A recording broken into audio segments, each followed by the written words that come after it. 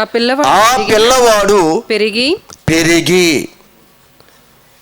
దేనితో పెరిగాడు ఇప్పటి వరకు? ఆ పిల్లవాడు ఈరోజు జ్యోతిర్మయిని మన మధ్యలోనికి తీసుకొని వచ్చారు. మాకు వద్దు అనుకున్నాము, ఒక్కరు చాలు అనుకున్నాము, కానీ దేవుడు మరొక కుమార్తెని మా యొక్క చేతుల్లోనికి తీసుకొని వచ్చాడు.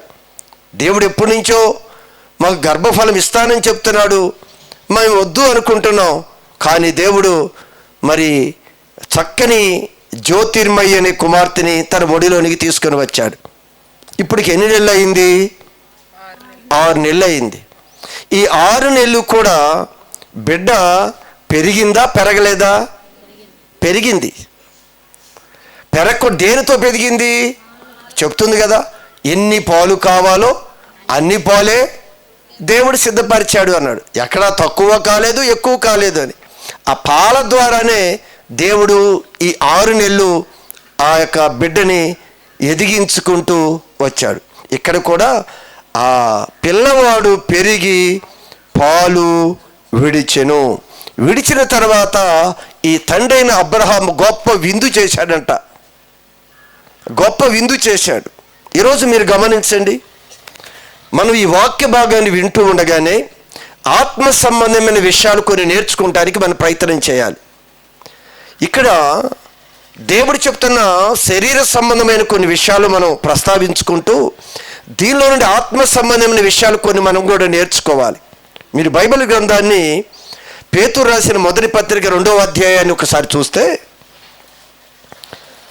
పేతురు రాసిన మొదటి పత్రిక 2వ అధ్యాయము 1వ వాక్య భాగాన్ని చూస్తే, ప్రభువు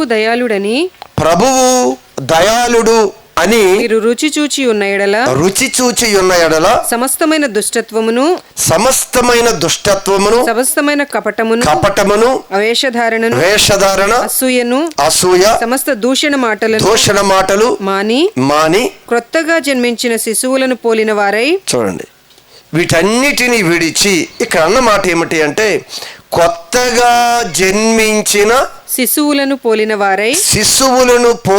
వారై నిర్మలమైన వాక్యమును పాలవలన, నిర్మలమైన వాక్యము అనే పాల వలన రక్షణ విషయంలో ఎదుగు నిమిత్తము, అది రక్షణ విషయంలో ఎదుగు నిమిత్తము మనం కూడా పాలను అపేక్ష. ఇక్కడ పాలు అనే ఒక విషయాన్ని మనకి రాస్తూ ఉన్నాడు. మీరు కూడా పాల వలె ఇప్పుడు వరకు దేని ద్వారా? ఆత్మీయతలో నూతనంగా దేవాలయానికి వచ్చిన మనందరం కూడా పాల ద్వారా మనం కూడా ఎదుగుతూ వచ్చాం. ఏం పాలు అని రాశాడు ఇక్కడ? కింద ఏమంటాడు అంటే ఆత్మ వాక్యమనే పాల. కింద ఫుట్ నోట్ లో ఏముంటుంది అంటే ఆత్మ సంబంధమగు పాల వలన, ఆత్మ సంబంధమైన పాల వలన, వాక్యం అనే పాలు ద్వారా మనం కూడా ఇప్పుడు వరకు ఎదుక్కుంటూ వచ్చాం. మనందరం కూడా ఆ వాక్యం అనే పాలు పడుతూ ఈరోజు ఆత్మీయ స్థితిలో ఎదిగించుకుంటూ వచ్చాం. మనం కూడా పెద్దవారయ్యాం. ఇప్పుడు ఈ చంటి బిడ్డ 6 నెలలు పాలు తాగుతూ ఎదుగుతూ మన ముందుకు వచ్చింది. మనం కూడా పాలు అనే వాక్యము ద్వారా మనందరం కూడా ఇప్పుడు కూడా ఎదుక్కుంటూ వచ్చాం. అయితే ఇక్కడ బిడ్డ పాలు గురించి ఏం రాశాడు? పాలు విడిచెను. అక్కడేం రాశాడు?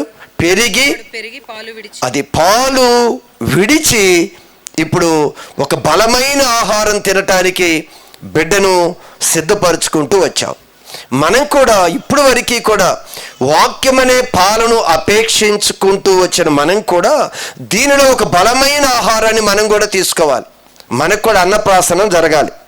ఏం జరగాలి? మనకు కూడా చిన్నప్పుడు తిన్న అన్నప్రాసనము జరిగిందంటారా? జరగలేదా? ఏమోనా? ఏంటి ఏమో అంటున్నారు? జరగలేదా? అసలు జరగకుండా ఎవరైనా ఉంటారా? అమ్మ మీకు జరిగిందా? ఏం చెప్పండి, మా అన్నప్రాసనం చేశారా మీకు? చేయలేదా? చేయకుండా పాలుతోనే ఉన్నారు ఇప్పుడు వరకు పాలేది అవుతున్నావా? మరి అన్నప్రాసనం చేసి అన్నం పెట్టారు కదా నీకు, పెట్టలేదా? పెట్టకపోతే మన బలహీనులుగానే ఉంటాం. అందరం కూడా అన్నప్రాసనము జరిగింది. ఇక్కడ కూడా ఆ పిల్లవాడు పెరిగి పాలు విడిచెను. పాలు విడిచిన సందర్భంలో అబ్రహాము గొప్ప విందు చేసెను. ఈరోజు కూడా ఆ పాలు ఇప్పటి వరకు ఎన్ని కావాలో అన్ని తీసుకొని వచ్చాడు. ఇక పాలును విడిచి ఒక బలమైన ఆహారాన్ని తీసుకొనటానికి బిడ్డను దేవుడు సిద్ధపరుస్తూ ఉన్నాడు. మీరు గమనించండి,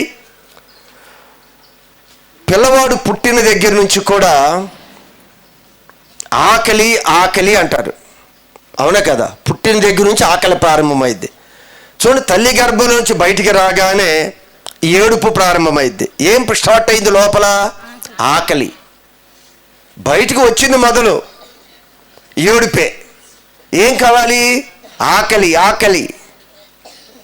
వెంటనే పాలపేక లోట్లో పెడితే చప్పగా తాగుతూ ఉంటుంది.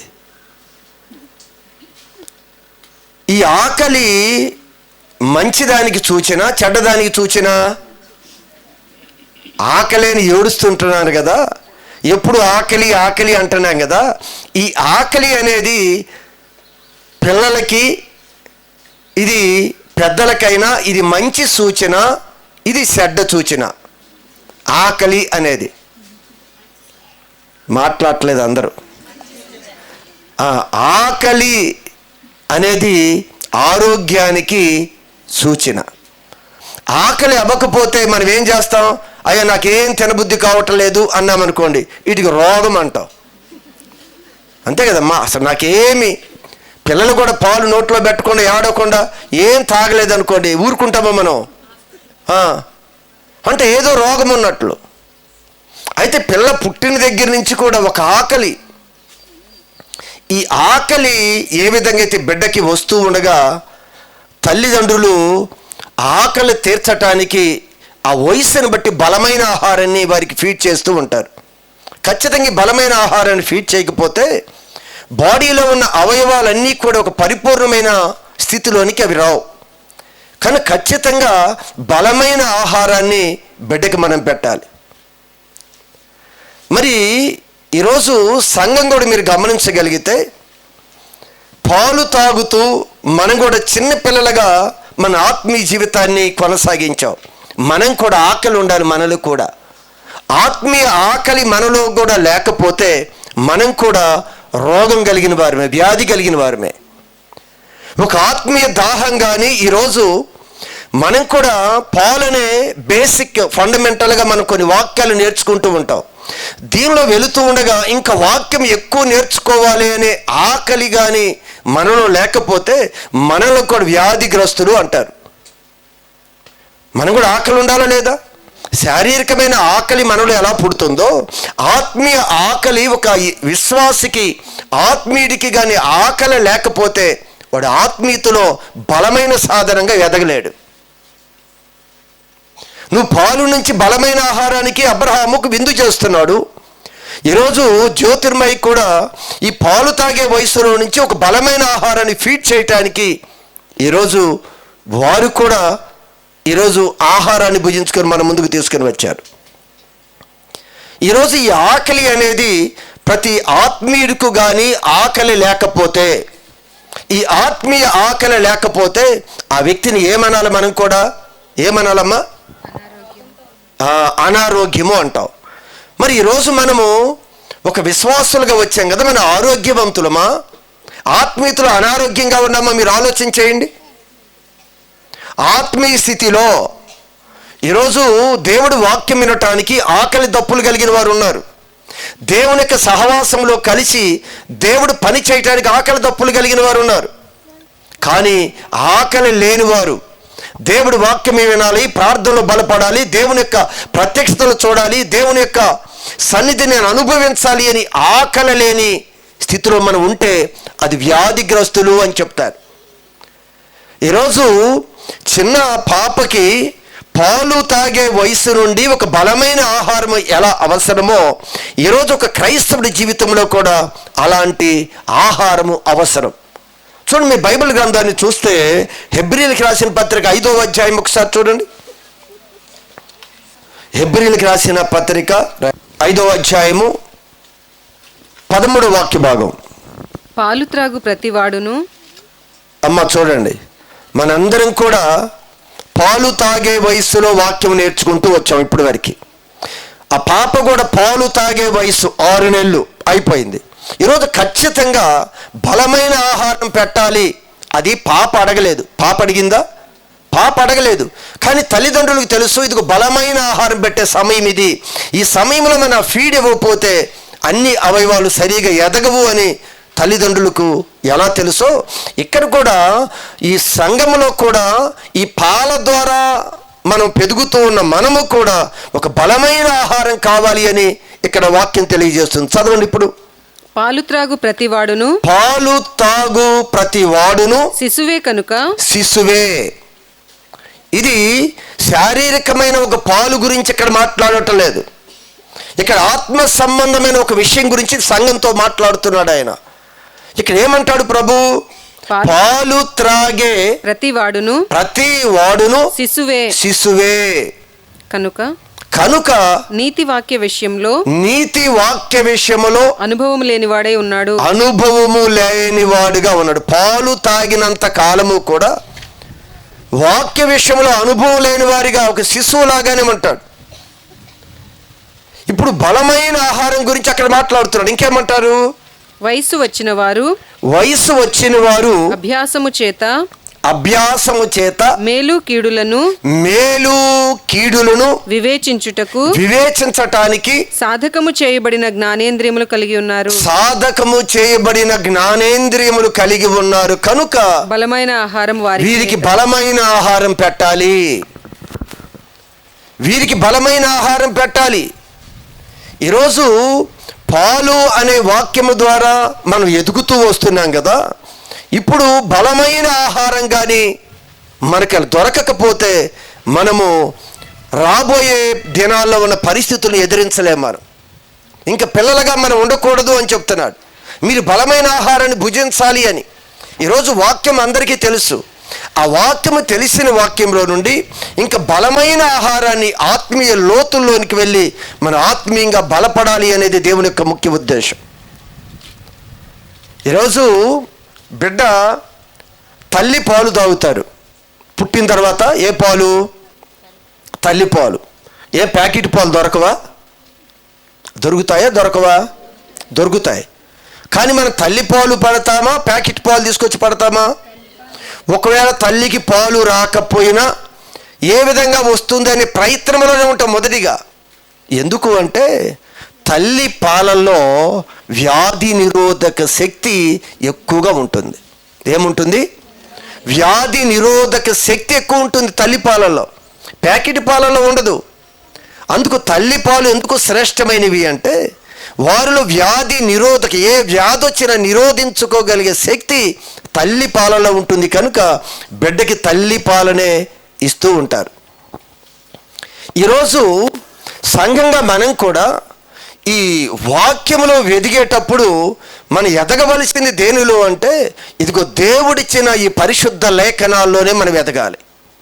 ఈ లేఖనాల్లో మనం ఎదిగామనుకోండి, రాబోయే దినాల్లో వచ్చే ప్రతి దానిని కూడా మనం ఎదిరించగలం.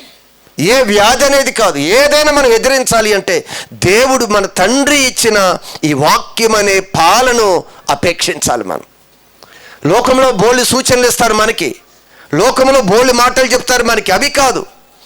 దేవుడు వాక్యం అనే ఒక బలమైన పాలుని మనం తీసుకొని ఆ వ్యాధి నిరోధక శక్తి, అపవాది తంత్రాలు, లోకములో ఉన్న ప్రతి చెడుని మనం అధిగమించగలిగే బలం మనకు రావాలి. అంతేగాని ప్రార్థన చేయటం నాకు వచ్చు, ఏదో 2 మాటలు తెలుసు అని భక్తులు ఆ విధంగా వెళ్ళిపోవటానికి ఒప్పుకోలేదు. నువ్వు కూడా పెద్దదానివి అయ్యావు కదా, పెద్దవాడు అయ్యావు కదా. నువ్వు ఆత్మీయతలో సంవత్సరాలు గడుస్తున్నప్పుడు నీకు బలమైన ఆహారం కావాలి. ఎందుకు ఈరోజు ఆదివారం ఒక్క సమయంలో వాక్యం చెప్పుకుంటే సరిపోదా మనకి? ఎందుకు ఈరోజు సమాజంగా మనం కూడుకోవాలి? ఎందుకు లేఖనాలు ఇంకా పరిశోధించాలి? ఎందుకు ఇంకా దేవుని యొక్క వాక్యం ప్రబలాలి? లాస్ట్ టైం చెప్పుకున్నాం, దేవుని వాక్యము ప్రబలుతూ ఉండగా శిష్యుల సంఖ్య విస్తరించెను అని చెప్పుకున్నాం. దేవుని యొక్క పిల్లలుగా మార్చబడాలి అంటే ఏమవ్వాలంట? పాలు అనే దేవుని యొక్క వాక్యము ప్రబలాలి. అదేనా చెప్పింది మనం? దేవుని వాక్యము ప్రబలమై యేసు ప్రభు యొక్క శిష్యులుగా మార్చే సంఖ్య వెతుక్కుంటూ వెళ్ళిపోయిందంట. ఈరోజు కూడా గమనించండి, మనందరం కూడా చిన్న పిల్లలుగా ఉంటే కుదరదు. ఇప్పుడు నీవు వివేచించగలిగే శక్తి వచ్చింది. అది రాశాడు కదా, ఏ జ్ఞానేంద్రియాలు అన్నాడు అక్కడ? సాధకము చేయబడిన జ్ఞానేంద్రియాలు అంటే ఆ జ్ఞానేంద్రియాలు ఏమయ్యాయి? ట్రైనింగ్ అయిపోయాయి. ఇప్పుడు పాల ద్వారా మెల్లగా మనకి ఏది మంచో ఏది చెడు అర్థమవుతూ వచ్చాయి కదా. ఇప్పుడు బలమైన ఆహారం కావాలి నీకు. ఇది ఖచ్చితంగా దేవుడి వాక్యం సెలవిస్తుంది.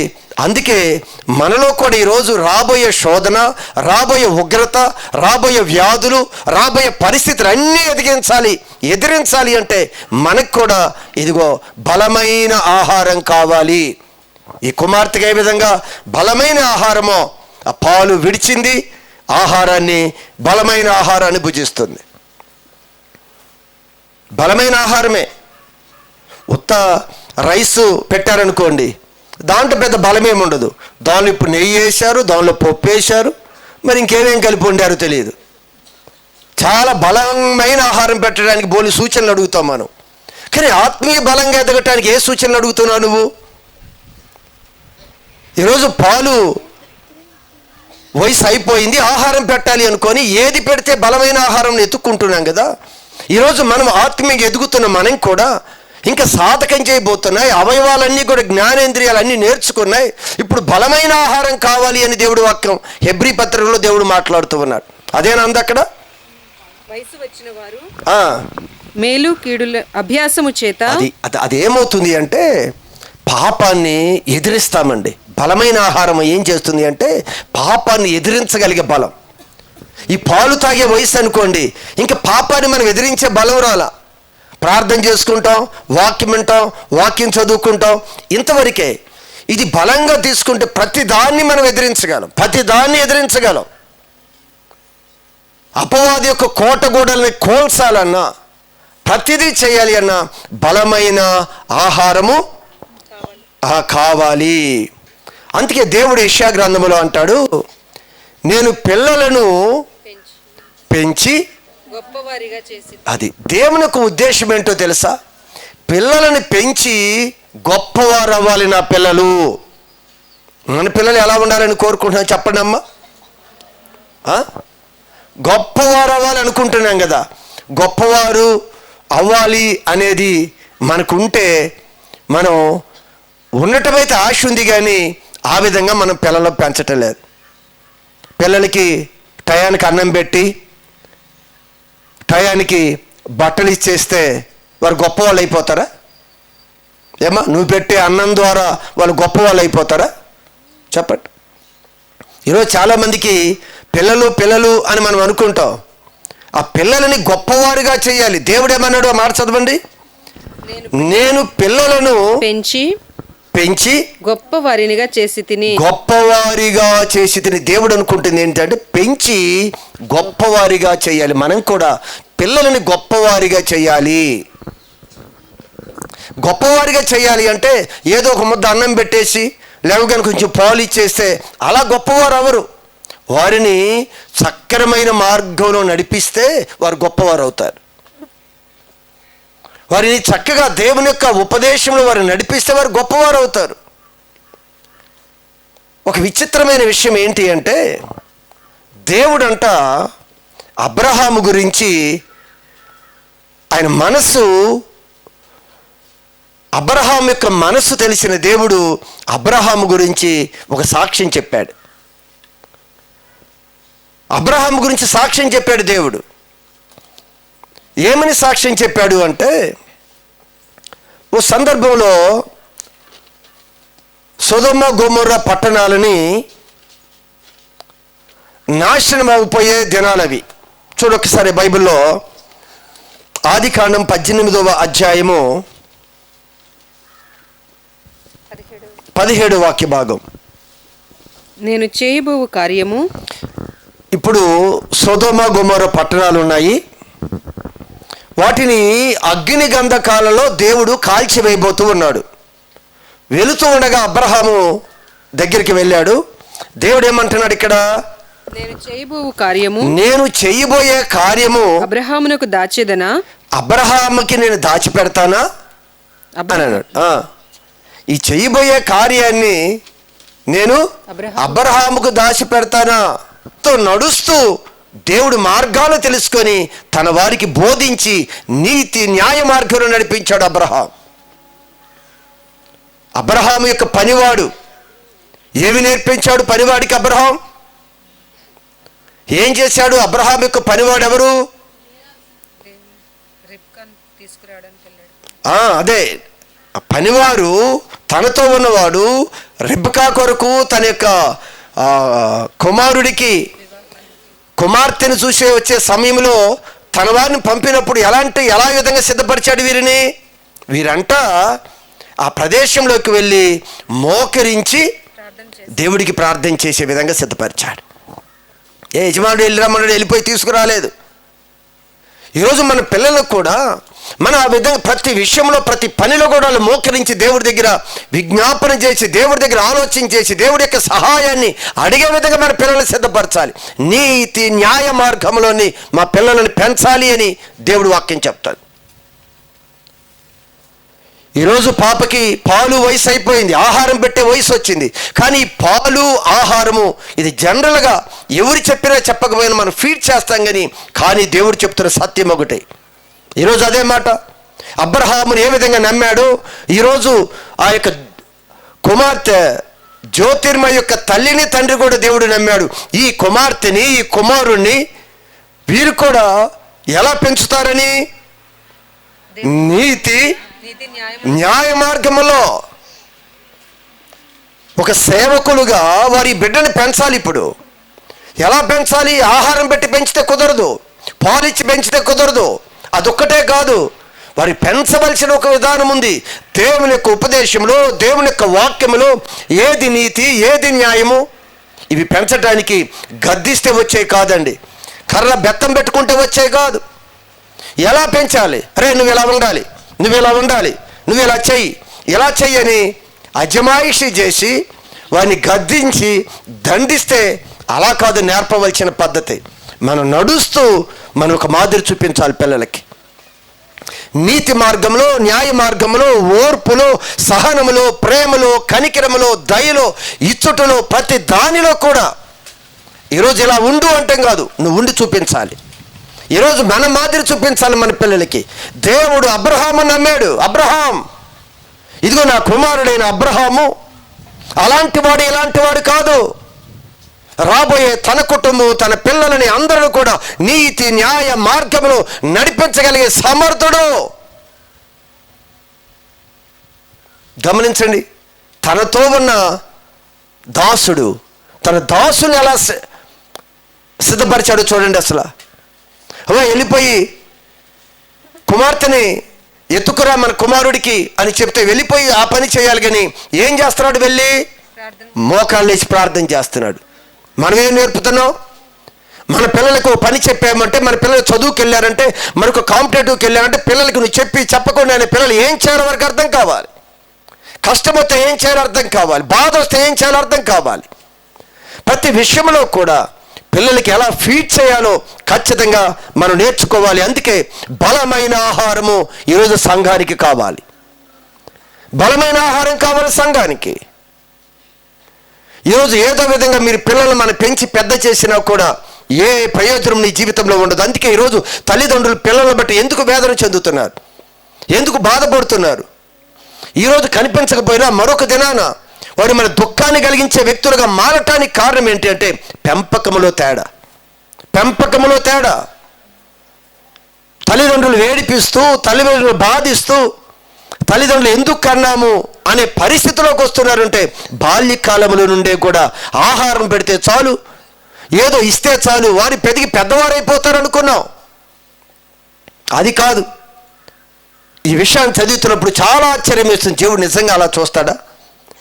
నిజంగా మన పిల్లలకి ఇచ్చినప్పుడు అలా చూస్తాడా దేవుడు? ఈరోజు ఇంతకుముందు లోకంలో ఉన్న మనకు అర్థం కాలేదేమో, ఈరోజు దేవుని యొక్క కృపలో దేవుని ఎరిగిన వారిగా పాలు తాగుకుంటూ ఈరోజు వాక్యంలో ఎదుక్కుంటూ వచ్చాం కదా. ఈరోజు సంఘంతో ప్రభు చెప్తున్నాడు, బలమైన ఆహారం తినాలి. నువ్వు బలమైన ఆహారం తినాలి.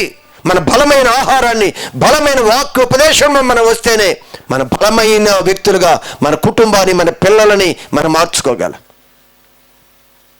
అలానే చేస్తే పనివాడు వెళ్ళాడు, అక్కడికి వెళ్ళి మోకరించి ప్రార్థన చేస్తున్నాడు. అబ్రహాం చెప్పలా, వెళ్ళి అక్కడికి వెళ్ళి ప్రార్థన చేయని చెప్పలా. ఒక సందర్భంలో హాగరు శ్రమ వచ్చింది, కష్టం వచ్చింది. ఏం చేసింది హాగరు? ఏం చేసింది? వెళ్ళిపోయి ఒంటరిగా ఉండి ఏం చేస్తుంది హాగరు? దేవుడి సన్నిధిలో మోకరించి చేతులెత్తి ప్రార్థన చేస్తుంది, ఏడుస్తుంది. ఎప్పుడైతే ఆ ప్రార్థన, ఎప్పుడైతే దేవుడి వైపు చూస్తుందో దేవుడు వెంటనే కనికరించి ఆవిడ పక్షాన్ని నిలబడి వాగ్దానం చేశాడు, తన వారికి నేర్పుకున్నాడు. చివరికి ఇస్సాకు కూడా బాల్యకాలం నుంచి ఫీడ్ చేశాడు కనుక చివరికి బలివ్వాలని తీసుకొని వెళ్ళినప్పుడు ఇస్సాకు విధేయత కలిగి తల వంచుకొని నిలబడ్డాడు తండ్రి దగ్గర. చిన్న బంగాడే పిల్లాడు కాదు ఇస్సాకు, కట్టెల పట్టుకొని నడవగలిగే వయసు వచ్చిన వాడు పిల్లవాడు ఇస్సాకు. ఆ వయసులో కూడా ఇస్సాకు తండ్రికి అంత విధేయత చూపాడు అంటే తండ్రి యొక్క పెంపకం. అందుకే ఎలా పెంచాలో దేవుడు వాక్యం అబ్రహాము నమ్మాడు. అబ్రహాము ఆ విధంగానే తన వారందరినీ కూడా భక్తి మార్గంలో నడిపించాడు. ఈరోజు మీరు చూడండి, బైబిల్ గ్రంథంలో కొంతమంది భక్తులు ఉన్నారు. ఆ భక్తులు ప్రభువులో బాగా నడిచారు, కానీ వారి పిల్లలు ప్రభువులో నుంచి తొలగిపోయారు. వాళ్ళ పిల్లలు ప్రభువులో లేరు. కొంతమంది తన పిల్లలని మంచిగా పెంచి గొప్పవారిగా చేసిన భక్తులు కూడా ఉన్నారు. మీరు బైబిల్ గ్రంథంలో చూస్తే యాజకుడైన ఏలి చక్కగా దేవుళ్ళో భక్తి మార్గంలో నడిస్తే ఏలి కుమారులంట అది యెహోవాను ఎరగని వారై మిక్కిలి దుర్మార్గులైరు. ఎందుకు దుర్మార్గులు అయ్యారో తెలుసా? దేవుని ఎరగలేదంట పిల్లలే. ఏలి ఎవరు? యాజకుడు. ఈ యాజకుడైన పిల్లలంట దేవుని ఎరగలేదు. దేనిలో పెంచి ఉంటాడు మరి ఈయన? ఆహారము అన్నీ ఇచ్చి పిల్లలుగా పెంచాడు ఈయన. ఈ బైబిల్ ఏం చెప్తుంది అంటే వారు దేవుణ్ణి ఎరగని వారు కనుక వారి పరిస్థితులు ఆ విధంగా వెళ్ళిపోయాయి అని చెప్పాడు. సమూయేలు మంచి ప్రవక్త, మంచి భక్తుడే. మరి సమూయేలు పిల్లలు వారు కూడా దేవుడికి అనుకూలంగా నడవలేదు. వారు దేవునికి ఆయాసం కలిగజేసి దేవునికి బాధ కలిగించే విధంగా ఉండిపోయారు. నీ కుమారులు నీ ప్రవర్తన వంటి ప్రవర్తన కలవారు కారు. అది దేవుడు అంటున్నాడు. ఎవరితో? ప్రజలందరూ వచ్చి అందరూ వచ్చినప్పుడు సమూయేలుతో ఏమని అంటున్నాడు దేవుడు? ఇశ్రాయేలీయుల పెద్దలందరూ కూడి వచ్చి రామాలో ఉన్న సమూయేలు వద్దకు వచ్చి దేవుని ఆత్మ వారి ద్వారా మాట్లాడిస్తూ ఉన్నాడు ఇక్కడ. చిత్తగించుము, నీవు వృద్ధుడు సమూయేలు, నువ్వు వృద్ధుడువు, నీ కుమారులు నీ ప్రవర్తన వంటి ప్రవర్తన కలవారు కారు, నీ ప్రవర్తన వంటి ప్రవర్తన కలిగిన వారు కారు అని చెప్తున్నారు. వారు అతని ప్రవర్తనను అనుసరింపక, వారు ఆ ప్రవర్తన అనుసరించక ధనాపేక్షకులుగా వెళ్ళిపోయారంట. న్యాయమును త్రిప్పివేసి పిల్లలంట ధనం కొరకు న్యాయాన్ని తప్పించారంట, డబ్బు కొరకు మార్గాలు తప్పించారంట, డబ్బు కొరకు క్రమాలు తప్పించేశారంట. చూసారా? భక్తుడే చూసారా? డబ్బుతో న్యాయం తప్పించారంట. అంత భక్తుడి పిల్లల గురించి అక్కడ సాక్ష్యం ఇస్తున్నారు. మరొక వ్యక్తి ఎవరు? దావీదు మహారాజు, దేవుని యొక్క హృదయానుసారి. చివరికి దావీదు యొక్క పిల్లలు ఎంత భయంకరంగా దేవునికి ఇష్టం లేని కార్యాలు చేశారు ఆ పిల్లలు కూడా. సరే, మరి అందరి పిల్లలు ఎలానే ఉన్నారా అంటే దేవుని కొరకు మంచిగా ఎదిగిన భక్తులు కూడా ఉన్నారు. ఎవరు? యోబు పిల్లలని ఎంత నీతి న్యాయ మార్గంలో నడిపించాడో తెలుసా యోబు?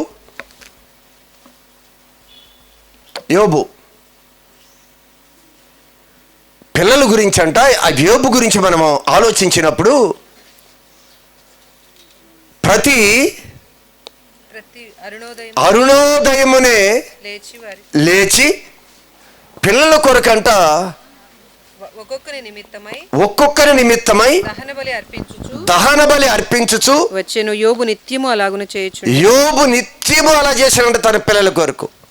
తన పిల్లల దగ్గరికి వెళ్ళి, వారు విందుకు వెళ్ళొచ్చినప్పుడు, ఒక విందు జరిగిద్ది కదా, విందులోకి వెళ్ళినప్పుడు వాళ్ళ పిల్లలు ఒకవేళ మనస్సులు ఏమన్నా అయ్యాయేమో, మనసులో ఒకవేళ లోకం వైపు ఏమన్నా వెళ్ళిపోతున్నాయేమో, మనసు లోకాన్ని ఆకర్షిస్తుందేమో అని తన పిల్లలందరినీ కూర్చోబెట్టి ఒక్కొక్కరిని ఏం జరిగింది, ఎలా ఉన్నారు అన్నీ అడిగి, వాళ్ళ హృదయాల్లో ఎక్కడో ఏం కనిపించిందో వారి మరలా అలా కాదమ్మా, ఇలా చేయకూడదు, ఇలా మాట్లాడకూడదు, ఇలా ఆశించకూడదు అని అన్నీ నేర్పుకుంటూ ప్రతి ఒక్కరి నిమిత్తము దేవుడి సన్నిధిలో ప్రార్థన చేశాడంట భక్తుడు.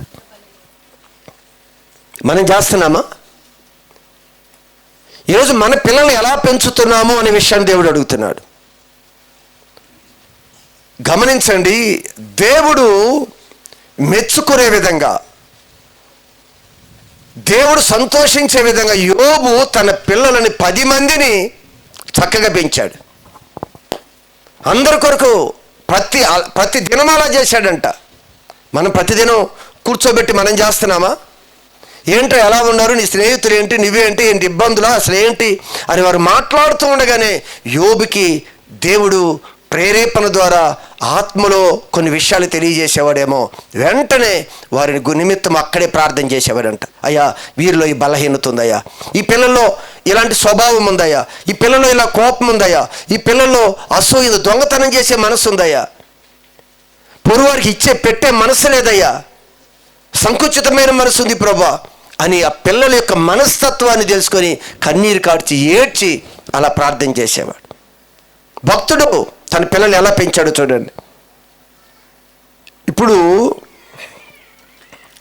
బైబిల్ గ్రంథములో ఆ దినాల్లో ధర్మశాస్త్రము లేని కాలములో కూడా భక్తులు ధర్మశాస్త్రము ఉన్నట్లుగానే దేవుని యొద్ద భక్తి చేసుకుంటూ తన యొక్క క్రమాల్లో తన వారందరిని నడిపించుకుంటూ వచ్చారు. ఈరోజు మనకి ధర్మశాస్త్రం ఉంది, మనందరి ఎదుట మన ధర్మశాస్త్రం మన ఎదుట కూడా ఉంది. కానీ మనం కూడా ఈరోజు దేవుడు వాక్యం చెప్తుంది, ఇప్పుడు వరకు పాలను అపేక్షించుకుంటూ వచ్చారు. ఇప్పుడు బలమైన ఆహారం లేకపోతే రాబోయే దినాలు వచ్చే శోధనని మీరు అధిగమించలేరు. పిల్లలకు కూడా పాలు ఇచ్చుకుంటూ వెళ్ళిపోయి బలమైన ఆహారం పెట్టలేదనుకోండి, వారు రేపు ఏమన్నా బలమైన పని చేయగలరా? చేయలేరు. అన్ని అవయవాలు బలంగా రావు. అందుకే మనం కూడా ఈ బలమైన ఆహారంలో అవి ఇవి అని యాడ్ చేసుకుంటూ కొత్తవి ఫుడ్ యాడ్ చేసుకుంటూ బలమైన విధంగా మన పిల్లలకి ఆహారాన్ని ఇచ్చుకుంటూ వెళ్ళిపోతాం. అది ప్రభు అంటున్నాడు, ఈ ఆత్మీయ స్థితిలో కూడా ఇది అవసరము. అదే మనం చదివిన హెబ్రీ పత్రిక 5వ అధ్యాయము 13వ వచనం. ఏం చదివా, ముగించి వేద్దాం.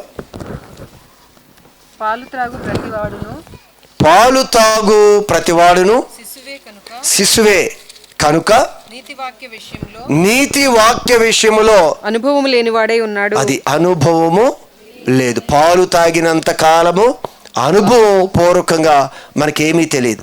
విన్నాము అంటే విన్నాం, ఇది చెప్పారా, ఆ సాక్ష్యం బాగుంది, బైబిల్ ఎలా చెప్పిందో ఓకే. అనుభవంలోనికి రావాలి. అనుభవము దేవునికి దగ్గరికి తీసుకొస్తుంది మన అందరినీ కూడా. దానిలోనికి రావటానికి ప్రభు అంటున్నాడు, ఈ బలమైన ఆహారము వయసు వచ్చిన వారు అభ్యాసము చేత మేలు కీడులను వివేచించుటకు సాధకము చేయబడిన జ్ఞానేంద్రియములు కలిగి ఉన్నారు. అలా ఏ విధంగా జ్ఞానేంద్రియాలు సాధకం చేయబడ్డాయో దేవుడు ఆ సమయంలో మనకి ఆటోమేటిక్గా బలమైన ఆహారానికి ముందుకు నడిపించుకుంటూ వెళ్తాడు. అందుకే వాక్యము తొలి దినాల్లో మన వాక్యం నేర్చుకున్న వేరు.